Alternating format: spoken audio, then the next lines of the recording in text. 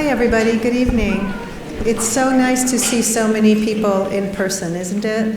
And to have a nearly full theater. Yeah. It means a lot to all of us at the MCA that you took the time to come here and show up and also be careful and care for others by wearing your masks. So we thank you for all of that effort. I'm Madeline Grinstein. I'm Pritzker Director of the Museum of Contemporary Art Chicago, and I'm thrilled to welcome you here tonight to the MCA and its theater. And thank you also to our generous funders who are listed there. You can see the reason why I put up a slide is because I'd be another 15 minutes if I mentioned all their names, but it takes a fiscal village to make a show like this happen, so we say props.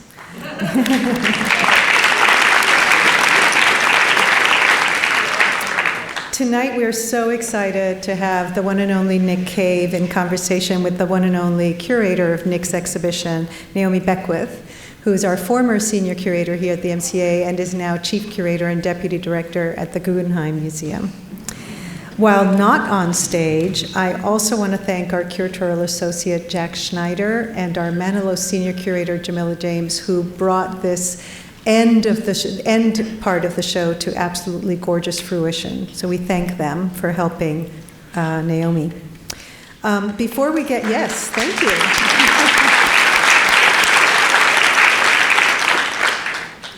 Before we get into the conversation, first a reminder to please turn off your cell phones or other noise-making devices if you can. And I also want to note two wonderful upcoming events now that you are a captive audience here. If you want more Nick Cave, and who doesn't, on October 1 at 2 p.m., we'll be screening an incredible movie called 376 Days.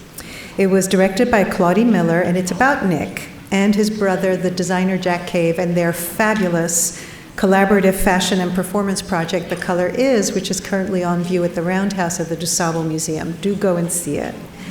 The screening will be followed by a conversation with Nick, Jack, and Claudie, and it'll be moderated by the incredible designer Bob Faust, who is also Nick Cave's longtime collaborator and partner. So don't miss that. There's only a handful of tickets left. If you can't make that, however, there will be a final opportunity to see the film on the last day of the exhibition, October 2nd.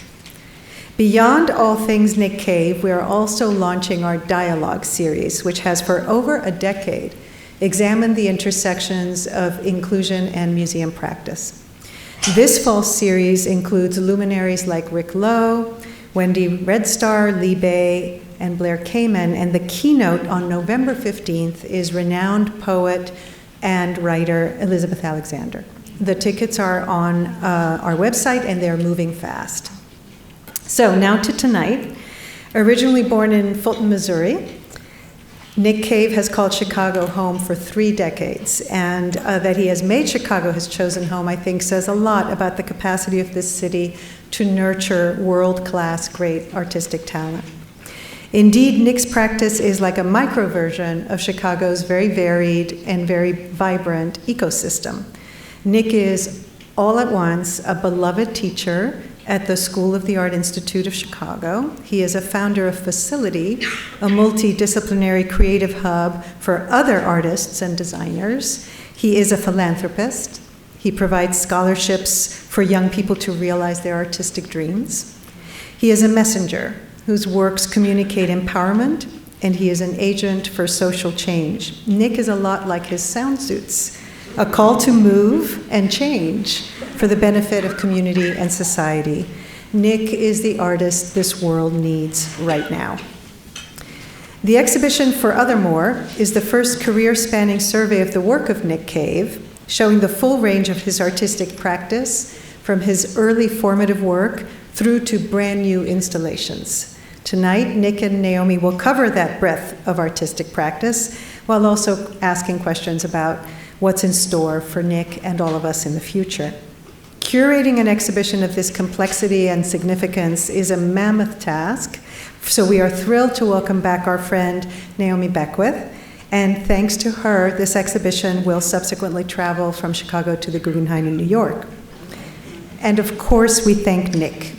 We thank him for inviting the MCA to be his partner, for his generosity of spirit, for his utopic aspirations.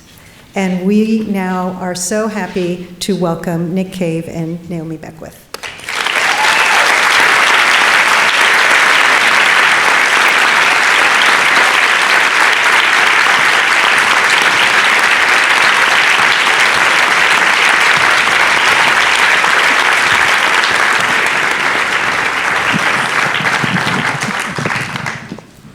Good evening, everyone. Nick wants to get more comfortable, excuse me. I can't see you all, but I can hear you. And I'm so happy to be here in what sounds like a full house, but so happy to be back in the homeland. Oh, thank you for turning up the lights a little bit. Hi, everyone. Back in the homeland of Chicago, my birthplace, your adopted homeland, Nick. Yes. An amazing place, but also, of course, here at the MCA, where I couldn't imagine a more fit swan song for my sort of career shift than really focusing on not only an amazing talent in the city, but really thinking about the work of an artist, as Madeline said, the world needs right now. I also just want to say, one of the reasons we wanted to do this show is because I think a lot of us know Nick, and we know very particular works of his, but it was really important for us to dive deeper into works that we may not know. And so for a lot of the talk tonight, we're actually going to focus on some of those bodies of work. So we will offer a chance for everyone to get a better understanding of Nick. And may I have the first slide, please, or do I need to do that myself? Oh, thank you all. Pop. Magic. This is a work called Trust, and it was a revelation for me, Nick, when I first saw this work. Like many people, I knew your sound suits. I knew your really colorful work. I knew the ones that felt like they were made from an all-over excessive use of material. And then came this very sort of somber work, and one that doesn't reflect light like a lot of his works do, but one that's illuminated from the inside. Can you talk to us about the origins of this really incredible installation in the show? This particular sort of piece came about when I lost my youngest brother. And I was away in Europe on a residency. And so for me, when I got back, I wasn't there to send him off with my family.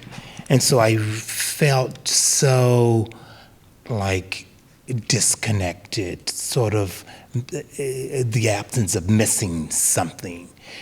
And there I am sort of, running an errand, let's say.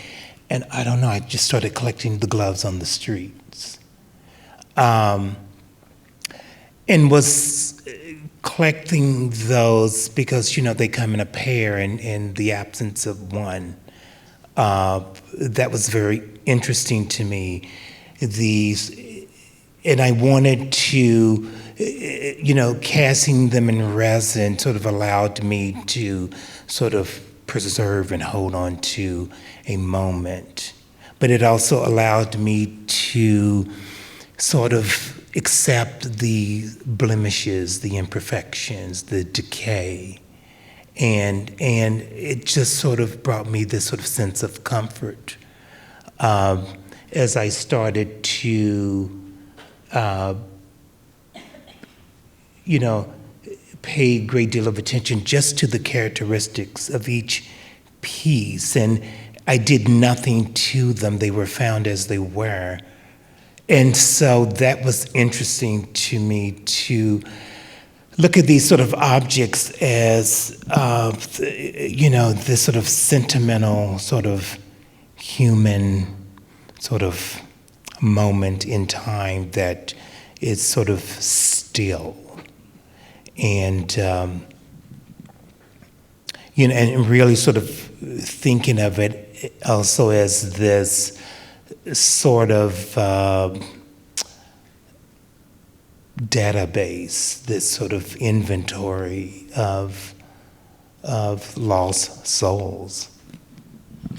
I mean, it's interesting that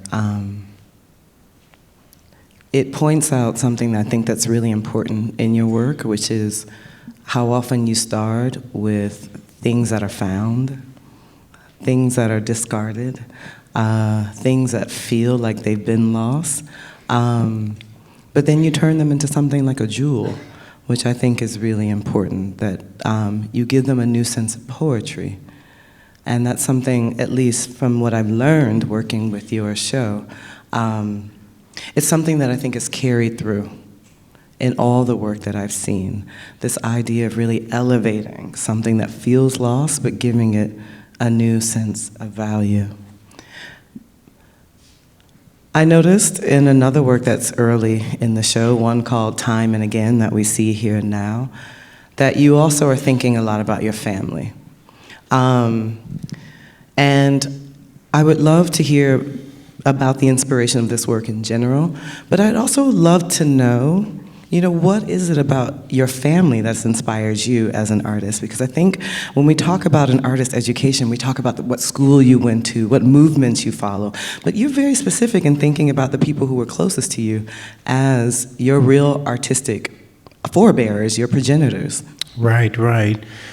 It's amazing when I think about family, and I think that, I come from this extraordinary family of makers, amazing woodworkers, quilters, seamstresses,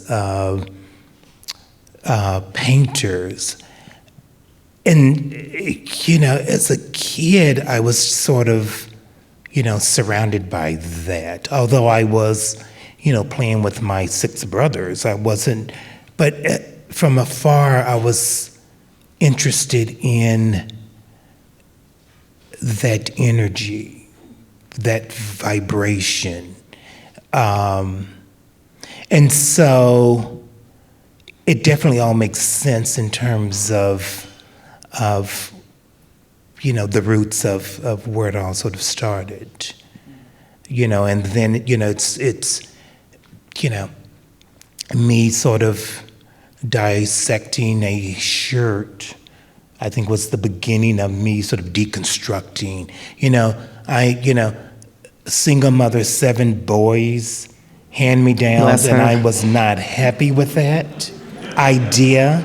So I was cutting and rebuilding in that sort of moment at a very, 13. And so that, and my mother sort of, antiquing and thrifting, I would sort of drag myself along with her in that sort of process, and just being sort of present and in that, and just, sort of trying to sort of understand why. But, as a kid, sort of looking at things and questioning what they were, and not that I was really sort of investing in anything at that moment, but just the sort of hunt and that sort of connection in that way. So, and then my grandmother, she would just, to see her cut just into fabric, not even creating a pattern, and making the Halloween costume.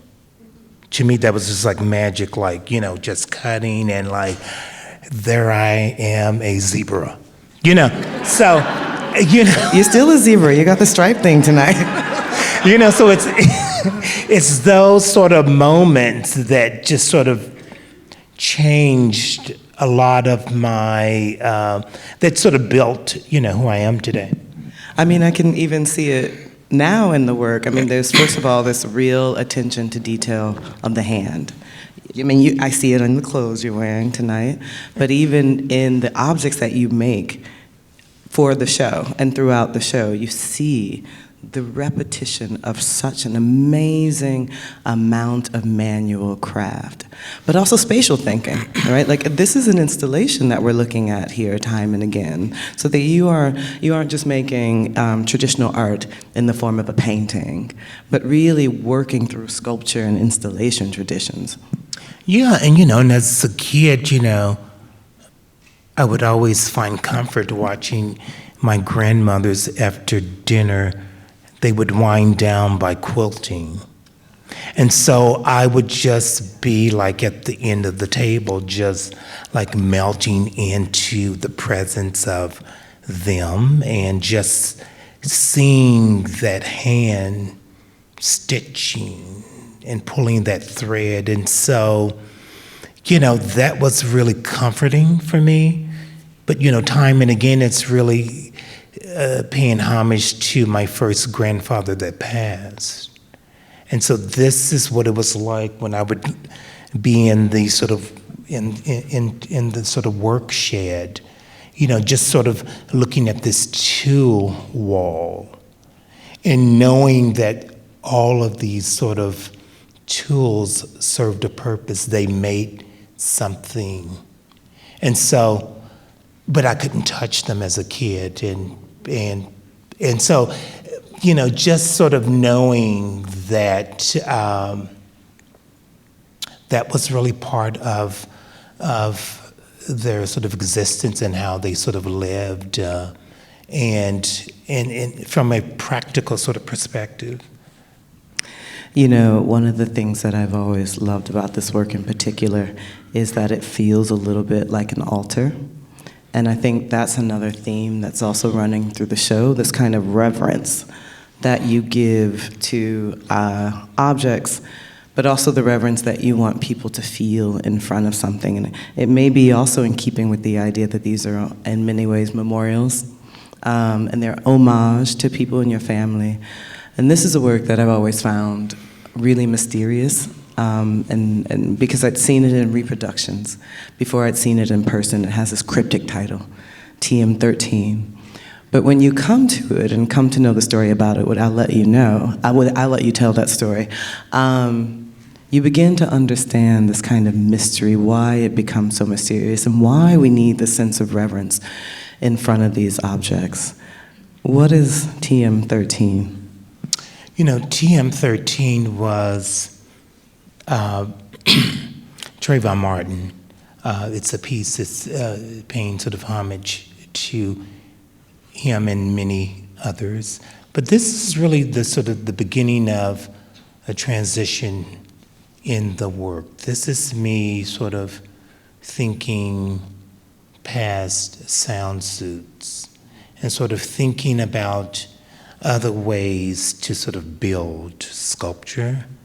But it's always interesting that, this was not the plan, but it sort of, depending on what's going on in the world, what may sort of shift the idea.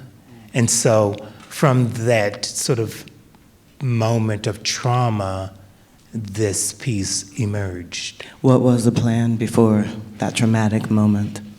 I don't know. It was really sort of me, it was the beginning of me thinking about new forms, new ways of making. But as with a lot of the work, a lot of the work is sort of informed by what may happen that alters my sort of presence or existence. And so for me, it's, I'm just working through the trauma. But, imagine, this piece, I'm working on it, on the floor, building up. But I needed it to sort of rise above and be up here elevated. And so, that idea of elevation and sort of respecting and paying tribute to, this lost soul. And the amazing thing about this exhibition for me is, there's so many sort of moments where I'm seeing the work new for the first time. It sort of partnered with this Tondo, just speaks about this universal sort of crisis. And the Tondo is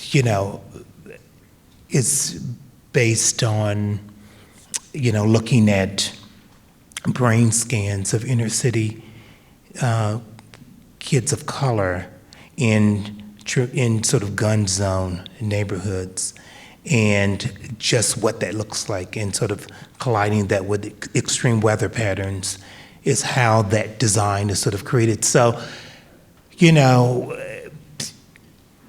it's interesting when you don't sort of read the text and you're sort of like in awe looking at this sort of form, but then you sort of realize that it comes from this sort of very hard and difficult sort of place. I think that one of the most amazing skills that I've seen in your work is the ability to take something real and make it abstract, and something that feels abstract and make it real. So in the case of the Tondos, it's really abstracting this kind of data, a data that shows trauma. And then with TM13, you have this interesting juxtaposition. You have this figure who is dressed like Trayvon was, in the jeans and the hoodie and the sneakers. But you have this interesting juxtaposition with all these toys. And it was hard for me to read the toys at first. I didn't quite know what to do with these toys under this net. But what was that? What was that I was juxtaposition? thinking really about just these sort of critical moments as a kid that, he has lost. And so all of these are blow molds of just different sort of holiday sort of molds, and sort of placed and sort of contained around the body, which then allowed me to then go over and bead this web of sorts that really, which I knew that would then sort of create this sort of extraordinary sort of form. But, feeling trapped, feeling sort of concealed in that moment, but yet at the same time sort of elevating and paying homage. I'm sort of struggling with two sort of very sort of moments where, how do I sort of move forward? How do I mourn and move forward? Basically, that's really throughout the whole exhibition, is me working through it. Well, I think we're working through it with you, to tell you the truth. One of the things that I learned during this exhibition is, as well known as you are clearly for the sound suits, and they do take pride of place in the exhibition, there was about a decade where you weren't making them. And this is another thing I wanted to bring out, not just the earlier works that people had not had a chance to see yet en masse, but to really think about the ways you've moved through sculpture and installation and kept through certain projects. One of the ones here that I particularly enjoy that we see on the screen now is called Platform. And Platform is, for me, really funky. Okay, it's so surreal. What does that mean? That means, and funky is a technical term that we learned in grad school. But it's so surreal. There is something that is clearly quite alien, but also quite seductive about the sound suits. But here we get just the alien qualities, these screaming heads, detached from bodies. And we also get these hands, sort of interlinking in each other in this beautiful gesture. But, there is a gesture of protest in here as well with these dismembered bodies. So I'm really interested in what you were working through with a work like Platform. Well, I think, we're just going to, trust the glove piece.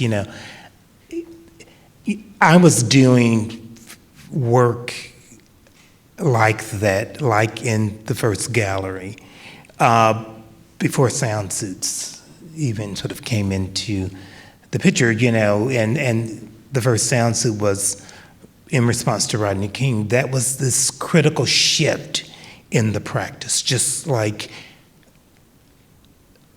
overnight, it just shifted. And so with platform here, it's me sort of, I think with all of my work, there are places I'm trying to reach, places I'm trying to get through, mediums that I'm trying to embrace. And so this is me starting to become even more aggressive with bronze, and because the idea is that I'm trying to get to the first bronze sound suit. And so these are sort of these steps that I'm taking to sort of completely just give myself over to that moment. And so these are like small steps for me.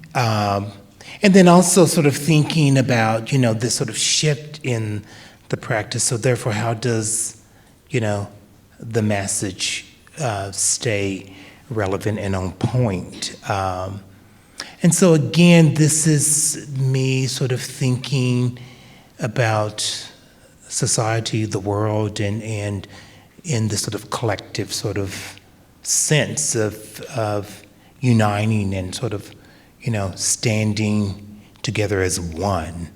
And so, and yet, in outrage at the same time.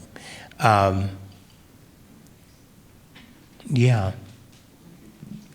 I think it's really interesting, the symbolism of this work, because just as you talk about often the sound suits being a protest work, and their protest is their sound, here you are with the symbols of sound and the symbols of protest, but turned into a monument, a bronze monument. I cannot explain to you all how heavy these things are. They are massive, almost immovable objects, but I also like that as a metaphor, that this silent protest is also immovable. You can't get rid of it, right? You can't silence it, literally. Right, and I think that silent protest really sort of runs through this exhibition. That, and it may be through form, but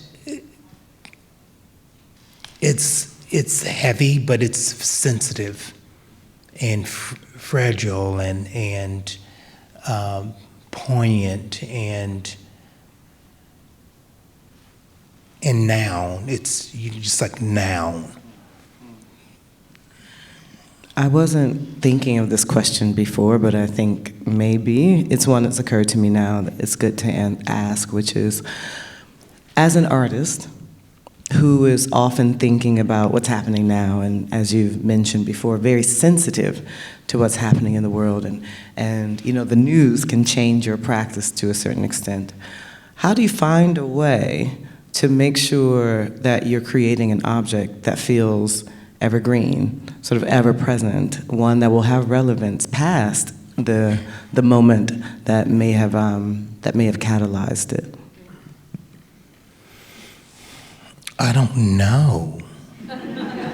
Because, when I think about platform, I'm not really one who sketches. I maybe did a real sort of rough drawing, but, I'm working with these foundries, and so I'm like, how do I sort of direct them in a way to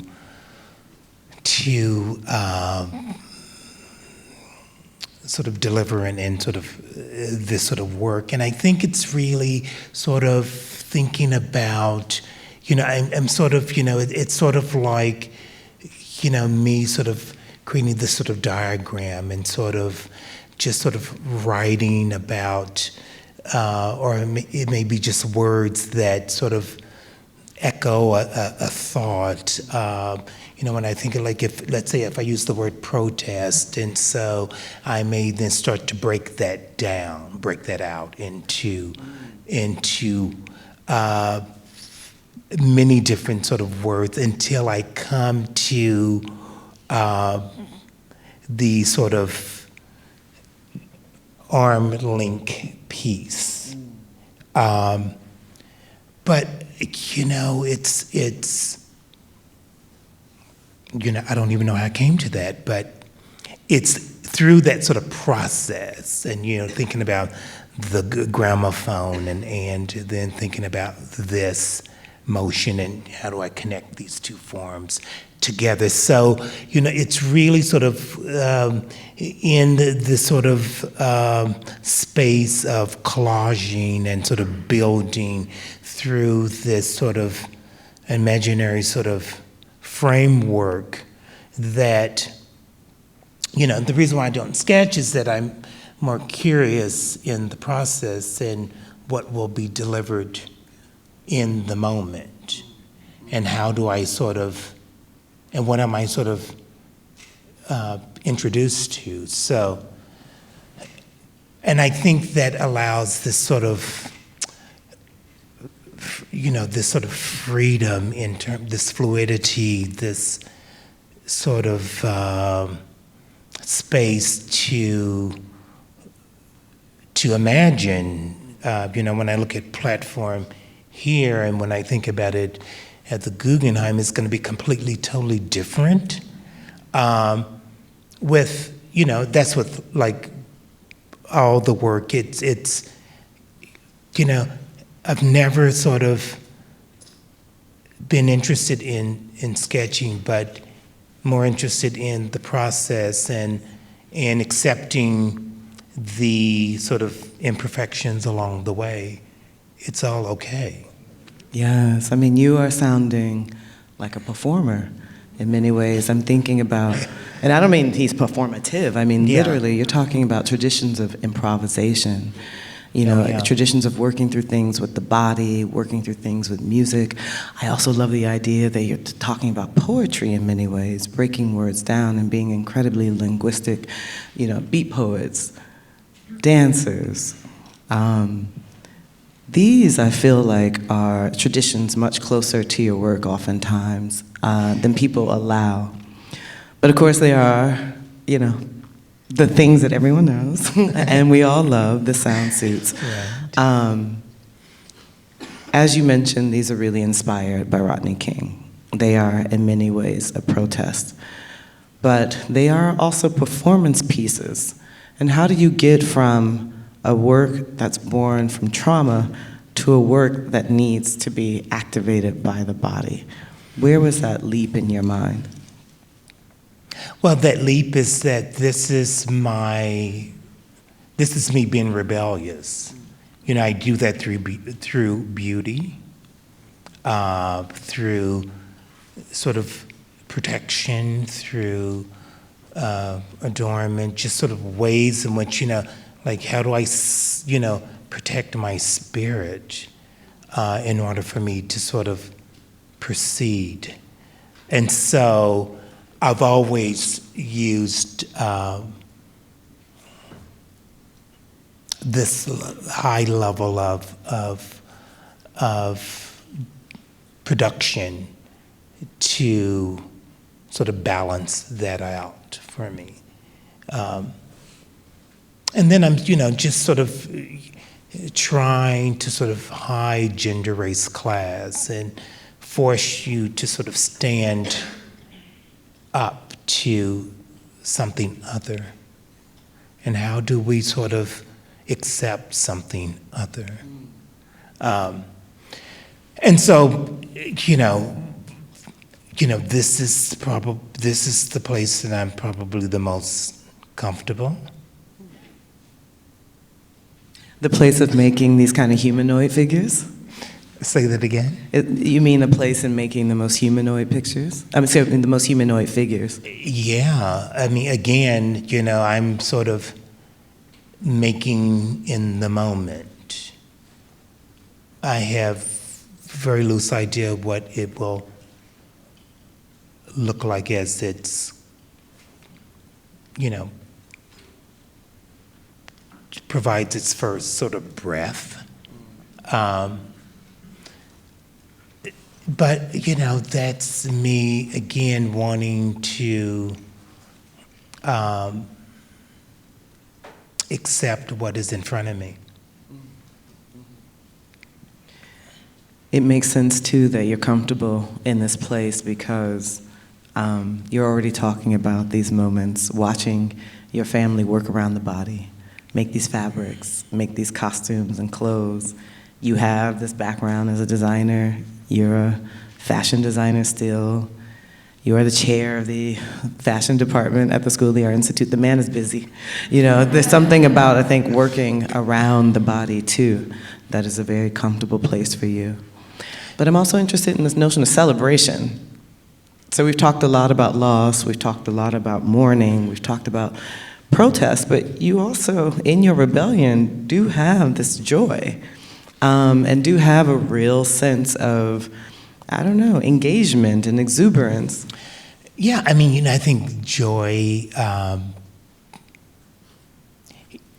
think the body is and has been very important in my work. It's the carrier for the most part. And so the body allows me to work with community. And so that's really why, I'm really interested in the body, because I'm interested in working with others, building something.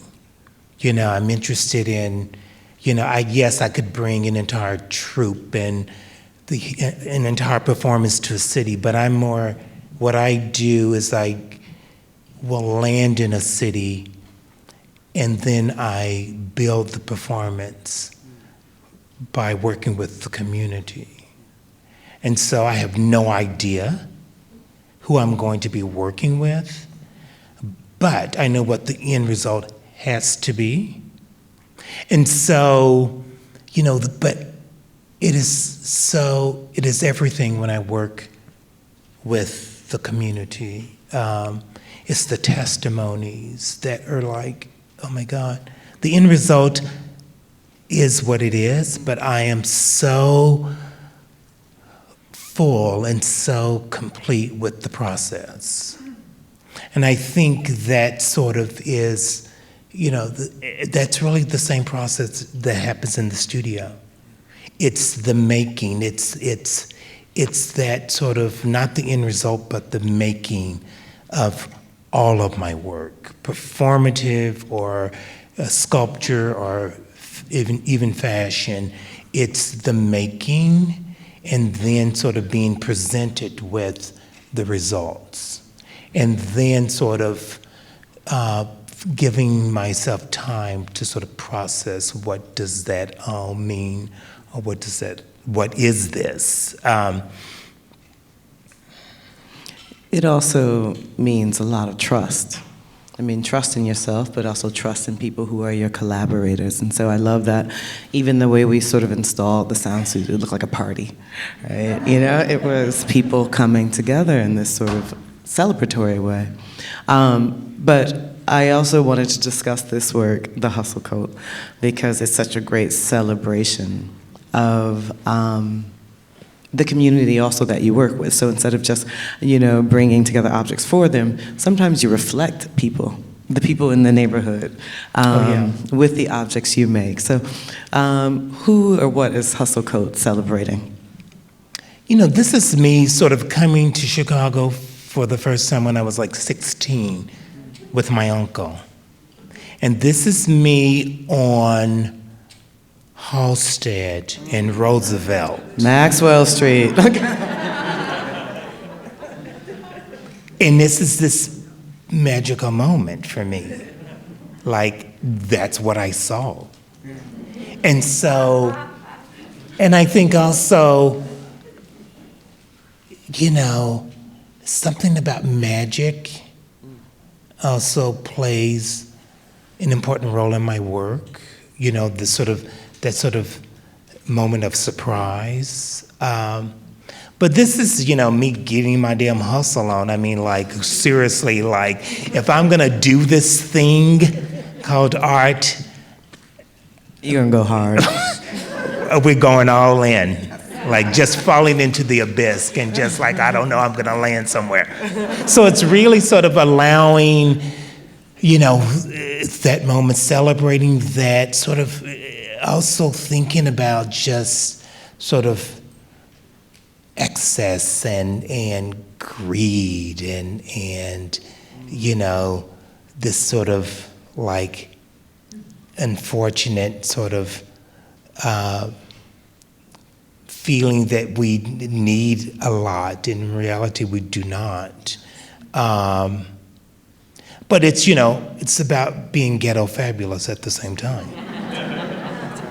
No matter what you have, you're gonna make it look tight.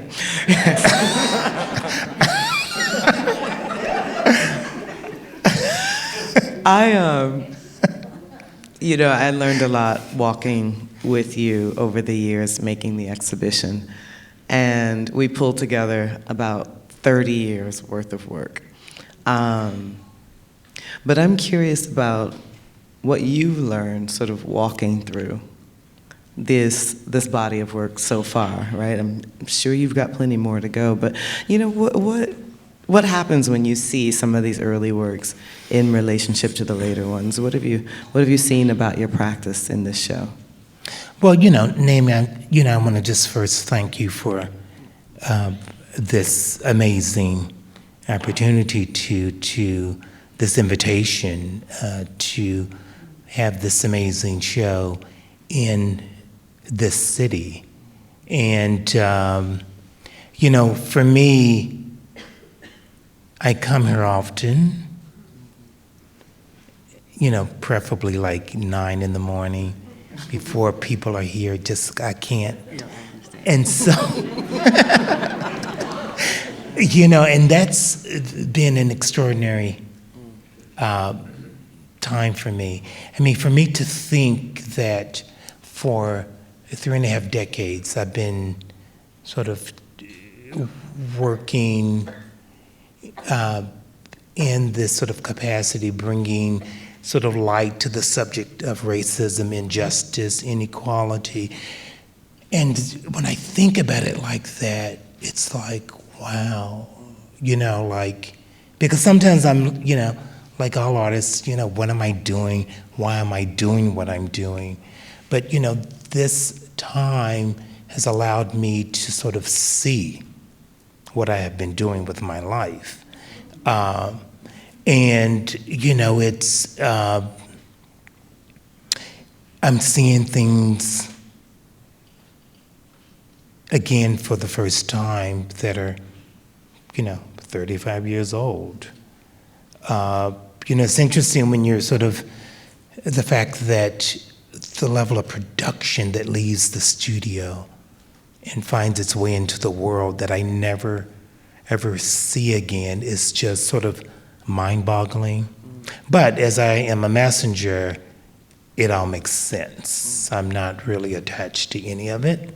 So it all makes sense, but to be able to be around it and to be able to sort of connect the dots and to see these moments that where my work had shifted, and that sort of cause.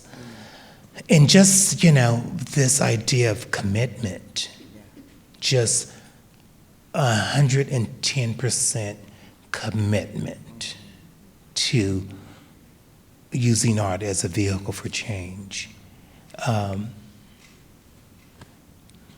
One of my favorite stories about your work isn't even about an object, but it's about you working with a curator, and because it's their story, I won't give names or context, but after working with Nick, this curator got a tattoo that says 110%. I mean, I think that says a lot, not only about the work that you create, but the way in which you ask other people around you to rise to the occasion, right? Including myself and this amazing team at the MCA. We know we can, but you are exacting, you're precise, and you know exactly what you want to achieve, even if you don't tell us, right? You kind of push, like a choreographer, you push us into a kind of conversation. What have been, for you, some important conversations within the show, maybe between some works that sit by each other? Well, I think, when I thought about this opportunity, I think what I thought about first was, that it had to serve. And so that changes a lot about the sort of curation of the show, the flow of the show, the opening of the show, what closes the show. So for me, I was sort of, eyes wide open, had a plan, but it's never ever like concrete. It's a plan, but as you know, we pulled out like some major pieces. But that's because being in the moment of installing an exhibition of sorts, there's communication that's happening amongst the work and me and the space. And so I'm, having to be as clear as I possibly can so that I can be as open to the journey, the process. But there's so many sort of moments, I think about like Speak Louder. This is the group of 7 images covered with silver buttons. That with the Tondo, just that moment is incredibly special to me. But also then turning and looking back at the sounds, I think there's an image of that where you're sort of, there's a distance between the audience, the viewer, and the work. And just, again, these sort of moments that stop you, that you have to settle in order to accept. So there's just, for me, it's a very sort of emotional show, but there's a lot of trust in the experience, in the journey. And so, that moment, the moment that, where the black tapestry is with the table and the objects with the eagle. I mean, that's, these are moments that I've never had and that were created here that offer a different experience. Again, the grounds of the work. I think about the wall works that were designed by Bob Faust, who's my partner, by the way. I say like Bob Faust, like this other person, but those moments that sort of bridge and create these amazing sort of angelic sort of spaces for the work that holds the work in spaces. So it's great for me to be able to sort of to walk through this museum during this time and to think about the closing of a chapter as well. So I like this idea of the closing of a chapter, which I'm going to come back to in a second, but I think it is also reminding me of something that we spoke about also in planning the show, which is this question of time. And one of the phrases that we talked about animating the show is what it is, what it was, and what it shall be. And on the one hand, this is, an old greeting from like the 60s and 70s in the Black community. It was the way you would say hello, right? yeah. But we were also thinking about the past, the present, and the future. And in fact, it's the way in which we organized the catalog. And for those of you who don't have it, do get it. I have no objective distance from it, but I think it's fairly good. And it's a celebration of really incredible Black creative thinkers here in Chicago, almost all of which have a relationship to Chicago, who wrote for the book. But what were we thinking about as we were talking about time? What does it mean to sit in the past? What does it mean to imagine the future? What does it mean to sit in the present and try to be cognizant of both history and what may come after us? I think that really helped sort of bring sort of direction, I think, for the exhibition. And yet there was moments where it overlapped, which was great too. But it really helped me sort of make these sort of critical decisions on just the sort of directiveness of the flow of the show, the experience, the intersection. And I think, the show closes with the bronze. And I think about, like, that's where I'm at right now. That's where I see myself sort of moving toward, to some degree, in that sort of direction. But it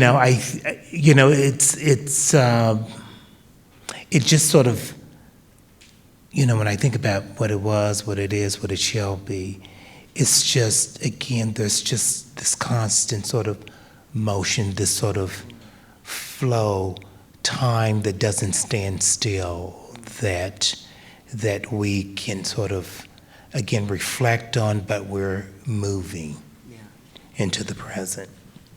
We also, in a more cynical way, talked about the ways in which certain things repeat itself, too. How, if we look at how your work radically changed in '92 after seeing this tape of Rodney King's assault, then we also realize that we've come to that moment again and again in history, with Trayvon, with Eric Garner.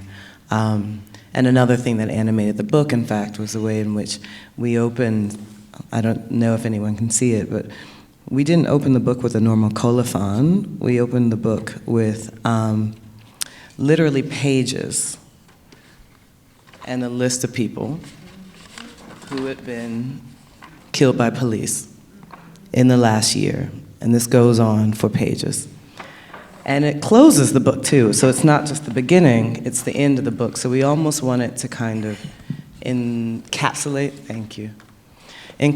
all this with a kind of reminder. There is this beauty, obviously, that you see on the outside. There's a beauty in the work, but there's also a reminder that there's this work that we have to do in the world to think about the violence that we live with, that we also have a responsibility toward helping to end in many ways. That's me being preachy, sorry, but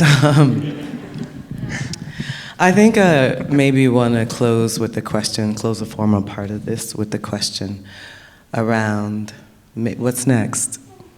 I'm sure that this work has inspired you to think about something else, but I know that you are restless as much as you are rebellious. And you're constantly thinking about something else in mind, so I'm curious about what may be in there now. Well, the Guggenheim, of course. But in the studio, I am starting new work. I've been thinking about it for a couple of years, and I am like terrified. Seriously, like, oh my God. But I'm going to be painting. You just What? tore up my entire thesis. You looked at me like,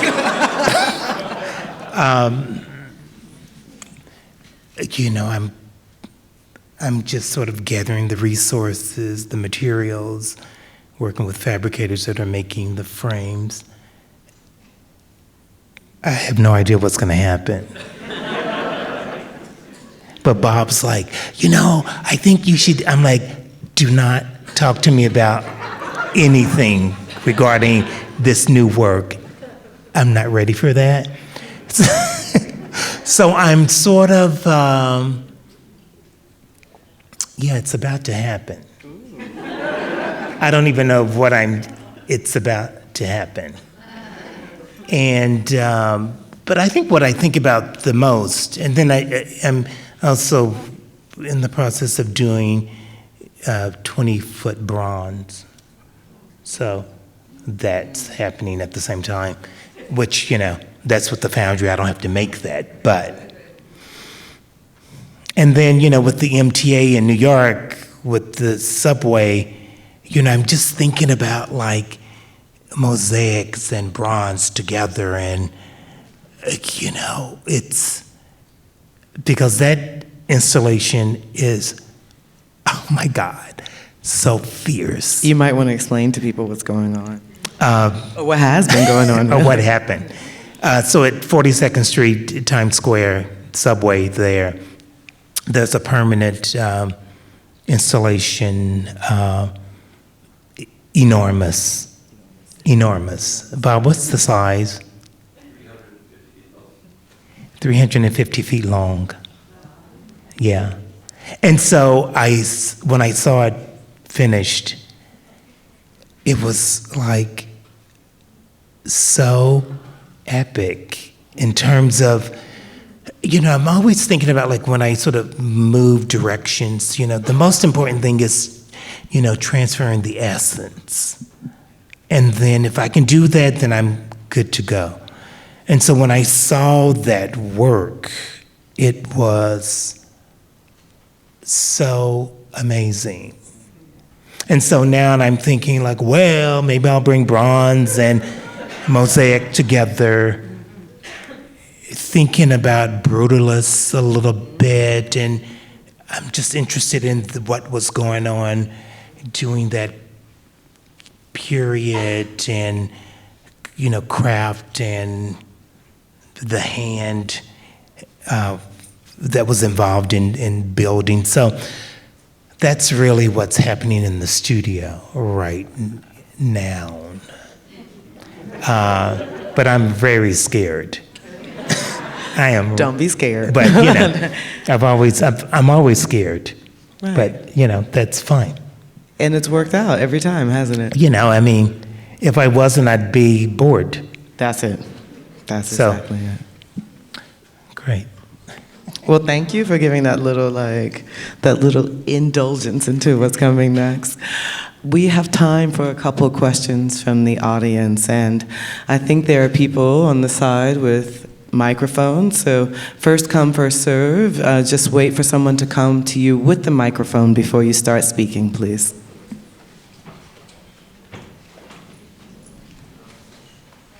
Hello, my name is Aaron. It's Naomi. You spoke to it a little bit at the last question, but how do you balance doubt and confidence in producing work at the level that both of y'all do? Doubt and confidence, they go hand in hand. That's how I balance it. That's it. That's really it. I think anyone who's honest always has a moment of doubt, no matter what they're producing. Yeah, what scale. Yeah. If not, you're a psychopath. Yeah. Sometimes I'm just like, burning, $100 bills because what I just made is shit. And so I just have to accept it and get back in it. So. But I think it's also, it's clearly a condition of art, being in and around art. No artist wakes up and makes a masterpiece a day. Every artist is working through it and perfecting their craft and creating and recreating and trashing and starting again and pushing, or at least, sorry, the good artists are doing that. Yeah, totally. And then I think on my end, the curators, the art historians, the writers, we kind of have to push through it with them. Oftentimes, we don't know really what the end product is going to be either, but we have to stay with their ideas and their rhythms and their experimentation. And so everybody's kind of working blind, and I don't think it's so much a question of sheer confidence, though you need that to say that we know by this date something has to be in the world, but it's more of a question of trust. And it's so important to work with people and or objects that you trust and have those kind of critical exchanges so that you're pushing each other's work at any given moment. But it's always going to be hard, and like you said, if it's not scary, then it's boring and probably not going to be that interesting in the end. Probably not. Another question, maybe on this side of the room?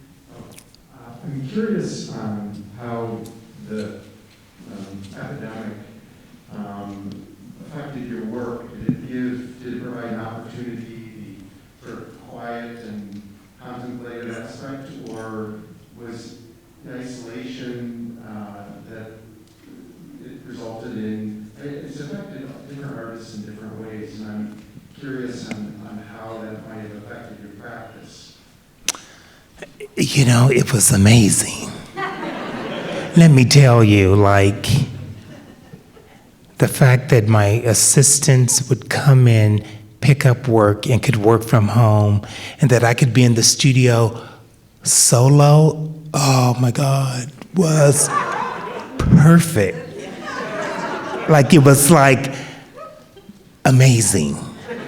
And so, yes, I enjoy them being there, but you know, to be by myself in the studio was extraordinary. Maybe but, there's a pause. I would love to maybe give people a sense of the studio. So Nick works at a place called Facility, which is a live, work, and exhibition space. And from the facade of the building in Irving Park, you can see these beautiful exhibitions that he and his partner put together. And behind that is like Santa's sleigh house. I mean, it's 20 up to 50 people, depending on where a project is, all working toward a body of work or an exhibition. But the most amazing thing is everyone's so focused and it's quiet. Yeah. For all those people Pretty sort of much. lined up in these beautiful rows, like, it's really contemplative as a space. You know, and so that was amazing, but what was even more incredible was, you know, the storefronts were bare. George Floyd happened. I was in Columbia, Missouri, visiting my mom, and she was like, oh my God, this guy is going crazy. He needs to get back to Chicago. Because I needed to get back, because I needed to respond in that moment. And for the first time, I understood Facility, because we were able to create a project in response to that in the storefront windows. And so that was such an amazing sort of moment, that we didn't have to go through the bureaucracy of, you know, yes, we could do a project, but it's going to be 4 months later. No, we were able to respond within 4 days, and use this building to say something. And so that was remarkable. And, you know, I just worked. Tell us a little bit about the projects that you and Bob mounted at Facility over the pandemic. Yeah, so we did this project titled Amends. And it was a project where we invited friends, civic leaders, artists to come and write on the storefront windows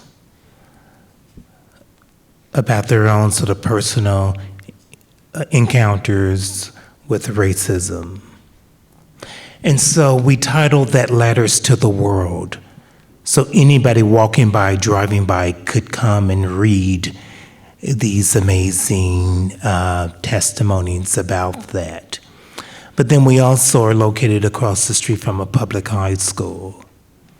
And we were able to partner with them and use the entire lawn to create a piece titled Dirty Laundry.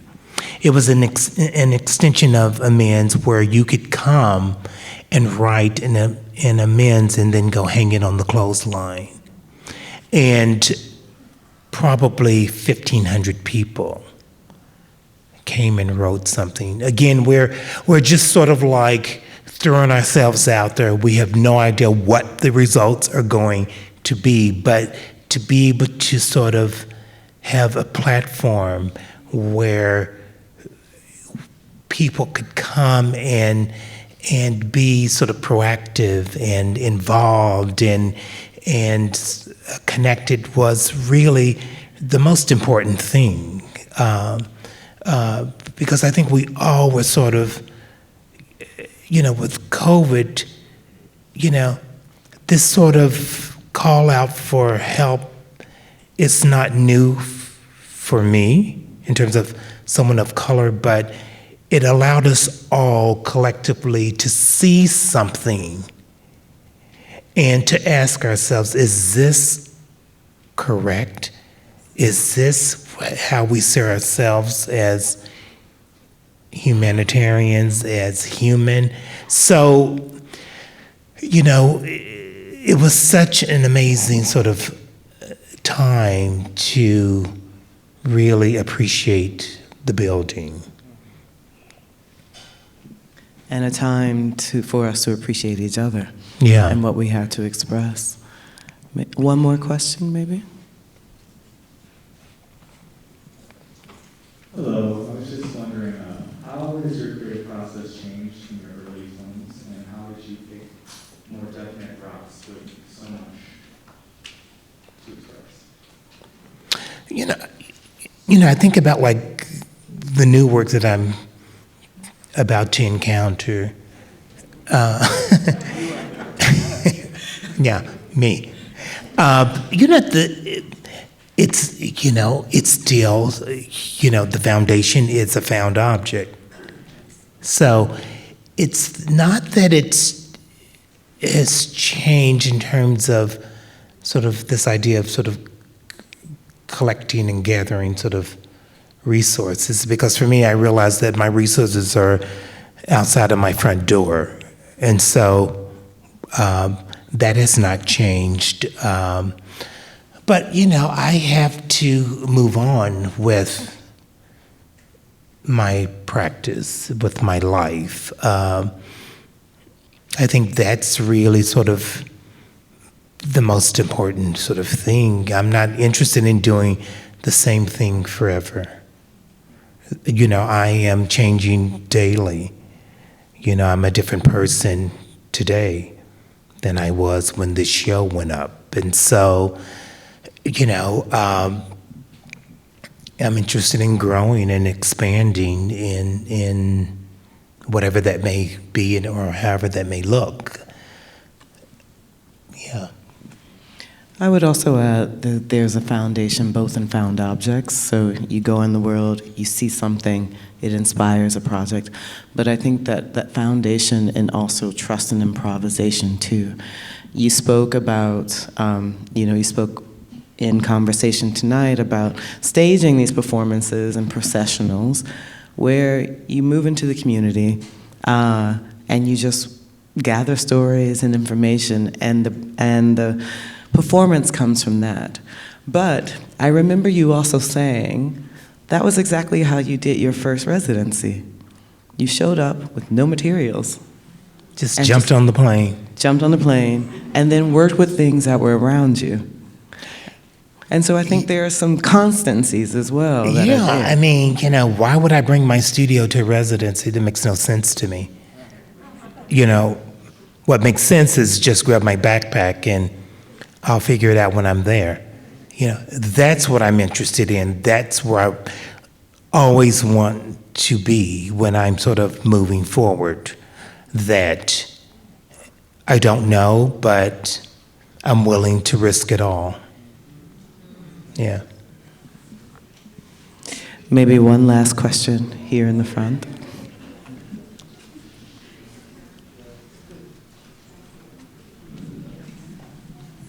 Hi, I'm just wondering what your thought process was behind all of your sound suits, the height of them, as well as the different shapes of the tops, because they seem to be, you know, quite different, you know, throughout most of them. Right. You know, I think this the most common shape is the one that sort of like that. I call it the bishop's mitre. The bishop, yeah, you know, and I was looking at, in terms of form, I was thinking about forms that have power. And I was thinking the mitre had, or ideas of power. I was thinking of that, I was thinking the Klan uniform, I was thinking the shape of a condom. That sort of led me to this form. So that's how that sort of shape came about. But then again, you know, the body becomes the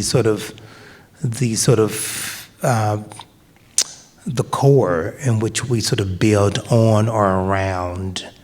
And so I was very much interested in this idea of elevation and, again, crowning the body, and sort of thinking about power and being empowered by shape and form. And then the square has? That's just sort of me, sort of, you know, again, moving from that shape to this shape. I mean, there's lots of other shapes that come into play, but it's really sort of about again, something other, bigger than life, and being able to sort of celebrate that sort of expansion. Thank you. Yeah. The variations are endless.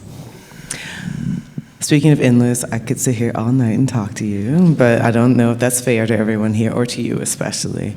But Nick, as always, it's a joy to speak with you. Every time I speak with you, I learn something. I hope it's been educable to everyone in the crowd as well. And while I have the floor, I just thought that I have to take a moment to say thank you. As I said before, this is my last exhibition at the MCA, and I had an amazing decade here at this museum with an incredible team led by a visionary woman who really saw over the years what she wanted to do with this institution and for the city, and has many more years, of course, with you all, really elevating art here. And as I see the curatorial team sort of hiding down here, I also want to just shout out the amazing team that continues to make beautiful shows here, and especially Jack, who is the right hand on this entire For Other More project. And there's a whole team, of course, and hiding there on AV who really made us look and sound good tonight and pulled everything together. People who made your gala performance incredible. There's a film that I'm sure some of you have seen, and if you haven't, you shall see, about Nick's amazing fashion show performance at our gala. There is a wealth of beauty and intelligence here at the MCA Chicago, so I thank you all again. But above all, Nick, I thank you. This was an incredibly important project for me. It's one that I've been wanting to do for years. I kind of said that, I almost begged you to do the show. I mean, ever since I first saw your show in the early 2000s at the Studio Museum, my jaw sort of hit the floor. And I thought, this is someone who not only has a message, but has a form to give to the world. And it is a form and a message that stays ever present with us, that we need to celebrate together. And we need beauty to move through all the ugliness through the world. So thank you for bringing beauty to all of our lives. You're welcome. And I'll see you in New York.